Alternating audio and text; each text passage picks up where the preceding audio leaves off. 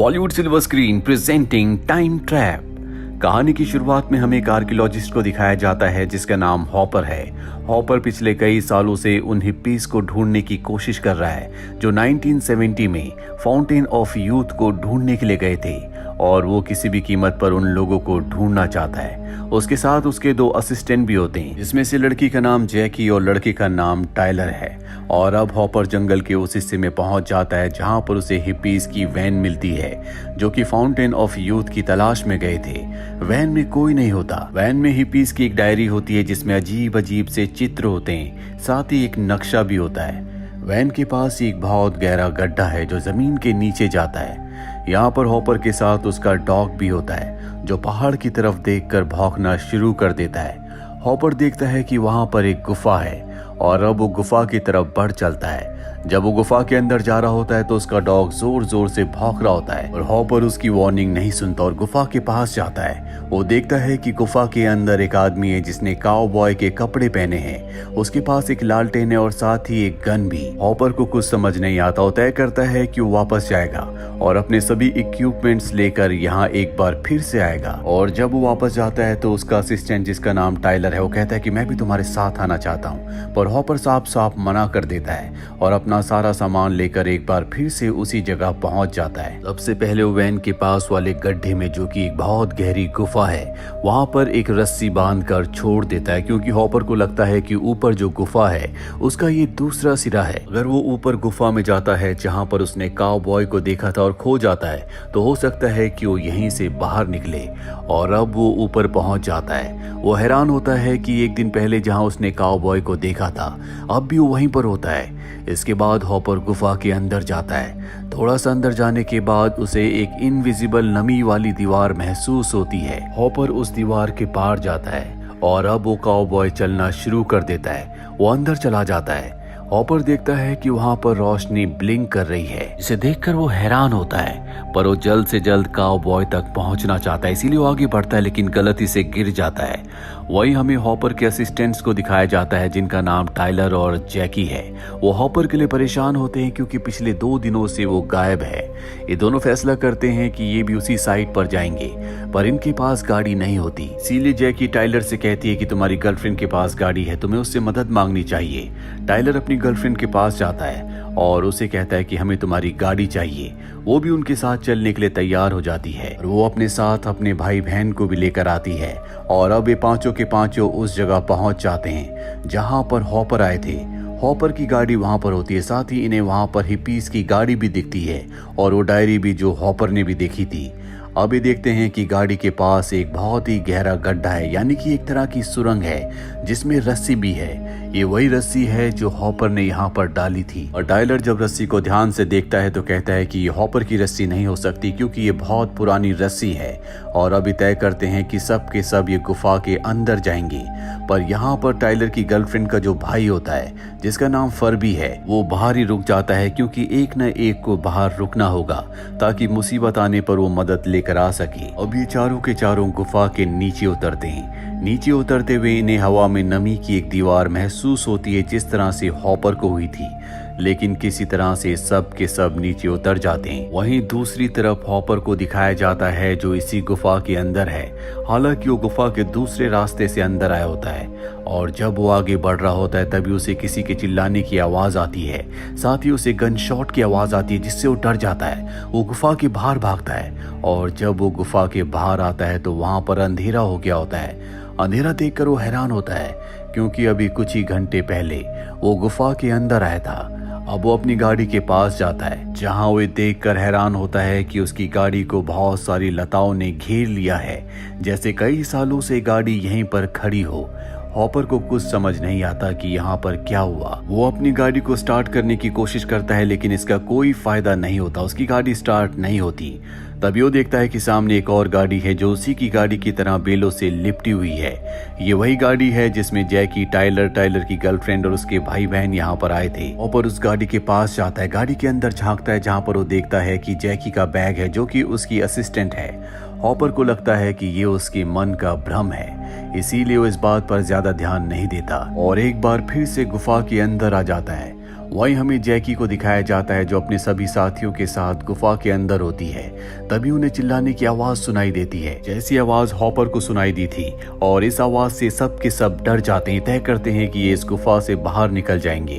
और अब जैकी रस्सी से ऊपर चढ़ने की कोशिश करती है, लेकिन जल्दी रस्सी टूट जाती है। जब ये रस्सी को ध्यान से देखते हैं तो रस्सी को देखकर ऐसा लगता है कि बहुत ज्यादा पुरानी होने की वजह से वो लोड नहीं ले पाई और टूट गई।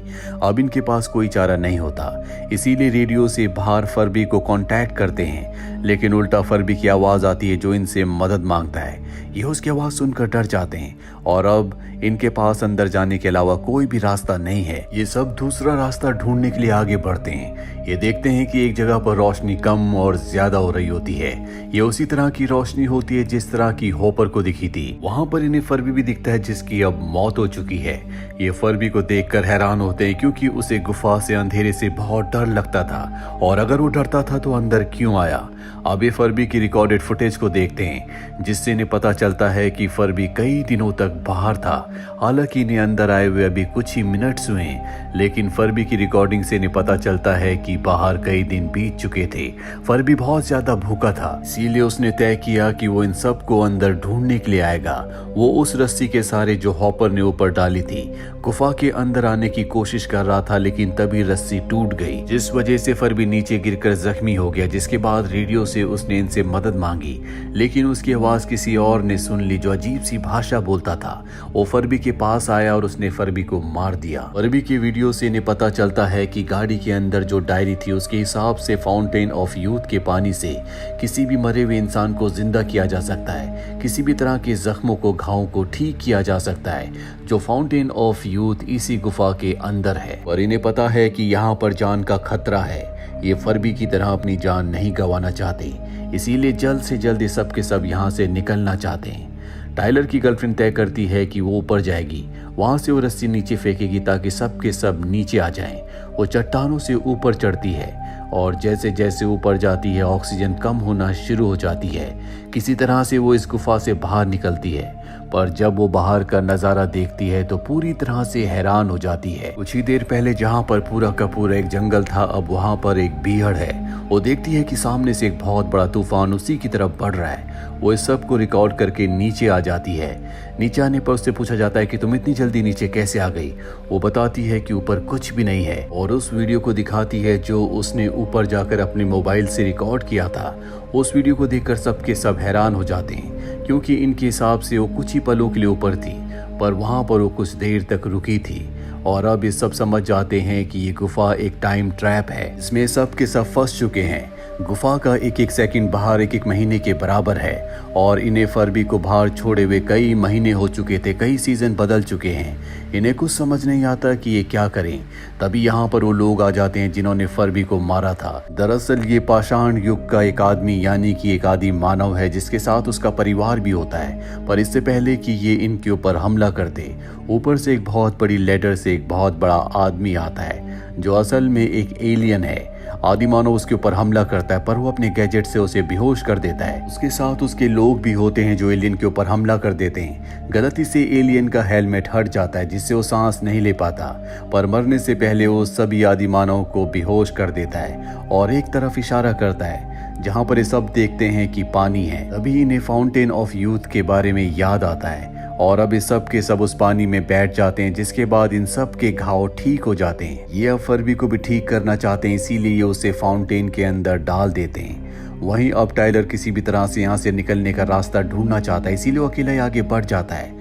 कुछ दूर जाने के बाद उसे प्रोफेसर हॉपर मिलते हैं जो कि जख्मी होते हैं क्योंकि आदि मानव ने उनके ऊपर भी हमला किया था। और अब इन्हें फाउंटेन ऑफ यूथ भी दिख जाता है जो कि एक झरना है जो ऊपर से बह रहा है और इसी फाउंटेन ऑफ यूथ की वजह से यहाँ पर टाइम ट्रैप बना होता है। फाउंटेन ऑफ यूथ के आसपास इन्हें बहुत सारे लोग भी दिखते हैं जिसमें एक छोटी बच्ची भी होती है जो असल में हॉपर की बहन है, जो 40 साल पहले यहाँ पर अपने परिवार के साथ आई थी और कभी वापस नहीं लौटी। और अब यहाँ पर पता चलता है कि प्रोफेसर हॉपर यहाँ पर हिप्पीज को ढूंढने के लिए नहीं आए थे, बल्कि वो अपने परिवार को ढूंढने के लिए आए थे। और अब भी सब के सब फाउंटेन के आसपास इसलिए होते हैं क्योंकि फाउंटेन के पास का वक्त सबसे ज्यादा स्लो होता है। दरअसल कहानी की शुरुआत में जिस काउबॉय को हॉपर ने बाहर से देखा था, असल में वो अंदर मूव हो रहा था, लेकिन अंदर का वक्त बहुत ज्यादा स्लो होता है। सीधे बाहर से हॉपर को ऐसा लगता है कि काउबॉय वहां पर एक दिन से खड़ा है, पर जब वो नमी वाली वॉल के अंदर आता है तो काउबॉय का और उसका वक्त सेम हो जाता है। इसीलिए वो उसे चलता हुआ दिखता है, जो चलते हुए अंदर की तरफ बढ़ जाता है। और यहाँ फाउंटेन के पास जो पिछले कई 100 सालों में लोग मरे थे, अब भी वो फाउंटेन के पास होते हैं, क्योंकि वहाँ का वक्त गुफा के बाकी हिस्सों से बहुत ज्यादा स्लो है। यानी कि गुफा के बाकी हिस्सों में अगर 1 मिनट बीतेगा तो शायद फाउंटेन के पास कई 100 साल बीत जाएं और बाहर कई 1000 साल। अब टायलर, जिसे पूरा सच पता चल चुका है, वो हॉपर की सिस्टर को वहां से बचाकर लाना चाहता है, पर हॉपर उसे मना कर देता है। वो कहता है कि अगर तुम उस फाउंटेन के पास गए तो तुम भी उस ट्रैप में फंस जाओगे जहां पर सब के सब फंस चुके हैं। वहां पर कुछ स्पेनिश सोल्जर्स भी होते हैं जो आदि मानव से लड़ रहे होते, क्योंकि वो इस फाउंटेन ऑफ यूथ को कंट्रोल करना चाहते थे, लेकिन अब वहां पर सब के सब फंस चुके हैं। हॉपर कहता है कि तुम्हें यहाँ से जाना होगा, सबको बचाना होगा, मैं तुम्हारे साथ नहीं जा सकता क्योंकि मैं मरने वाला हूँ। और अब टायलर को उसकी बात माननी पड़ती है। वहीं एक आदिवासी बच्ची को दिखाया जाता है जो फाउंटेन ऑफ यूथ के पानी से अपने सभी लोगों को जिंदा कर देती है। ये सब के सब उस लेडर से ऊपर जाना चाहते हैं जो कि एलियन थी। टायलर की गर्लफ्रेंड सबसे ऊपर होती है, तभी वो देखती है कि ऊपर सतह पर एक तरल पदार्थ आ गया है और वहां पर एक एलियन का हाथ भी होता है, जिससे वो डर जाती है। और जल्दी उसे समझ में आ जाता है कि एलियंस इनकी मदद करना चाहते हैं, पर इससे पहले कि एलियंस तक वो पहुंचते, नीचे आदिवासी आ जाते हैं जो इनकी इलेक्ट्रिक लैडर को ऑफ कर देते हैं, जिससे अब सब के सब नीचे गिरने लगते हैं। ऊपर से एलियंस को ये सब कुछ बहुत स्लो मोशन में दिख रहा होता है, ऐसा लगता है कि समय रुक गया। ये ठीक उसी तरह से होता है जिस तरह से हॉपर को काउबॉय गुफा के अंदर दिख रहा था, जो पूरी तरह से रुका हुआ था, पर गुफा के अंदर के वक्त के हिसाब से वो चल रहा था। और अब इससे पहले कि सब के सब नीचे गिरते जहां पर आदि मानव इन्हें मारना चाहते थे, एलियंस टायलर की गर्लफ्रेंड को ऊपर खींच लेते हैं, जिसके बाद टायलर की गर्लफ्रेंड नीचे आती है और वो अपने सभी साथियों को, यहाँ तक कि अपने छोटे भाई को, हॉपर को और हॉपर के पूरे परिवार को रस्सी से खींचकर ऊपर ले जाती है।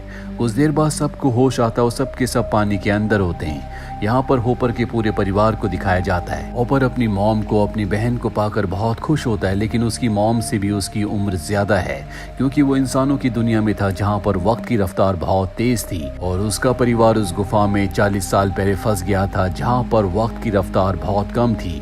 इसीलिए अब भी उनकी उम्र उतनी ही होती है। यहाँ पर इस सब के सब फाउंटेन ऑफ यूथ के पानी से ठीक हो गए होते हैं, यहाँ तक कि फर्बी भी अब जिंदा हो चुका है। टायलर कहता है कि हम सब के सब स्पेस स्टेशन में हैं, जहाँ से ये अर्थ को देखते हैं और इनके चारों तरफ एलियंस होते हैं। या हो सकता है कि ये एलियंस ना हो बल्कि भविष्य के इंसान है, क्योंकि गुफा में रहने के बाद बाहर की दुनिया में हजारों साल बीत चुके हैं और ये भविष्य की दुनिया है। इसी के साथ ये फिल्म, ये कहानी यहीं पर खत्म हो जाती है। उम्मीद करते हैं कि ये कहानी आपको पसंद आई होगी।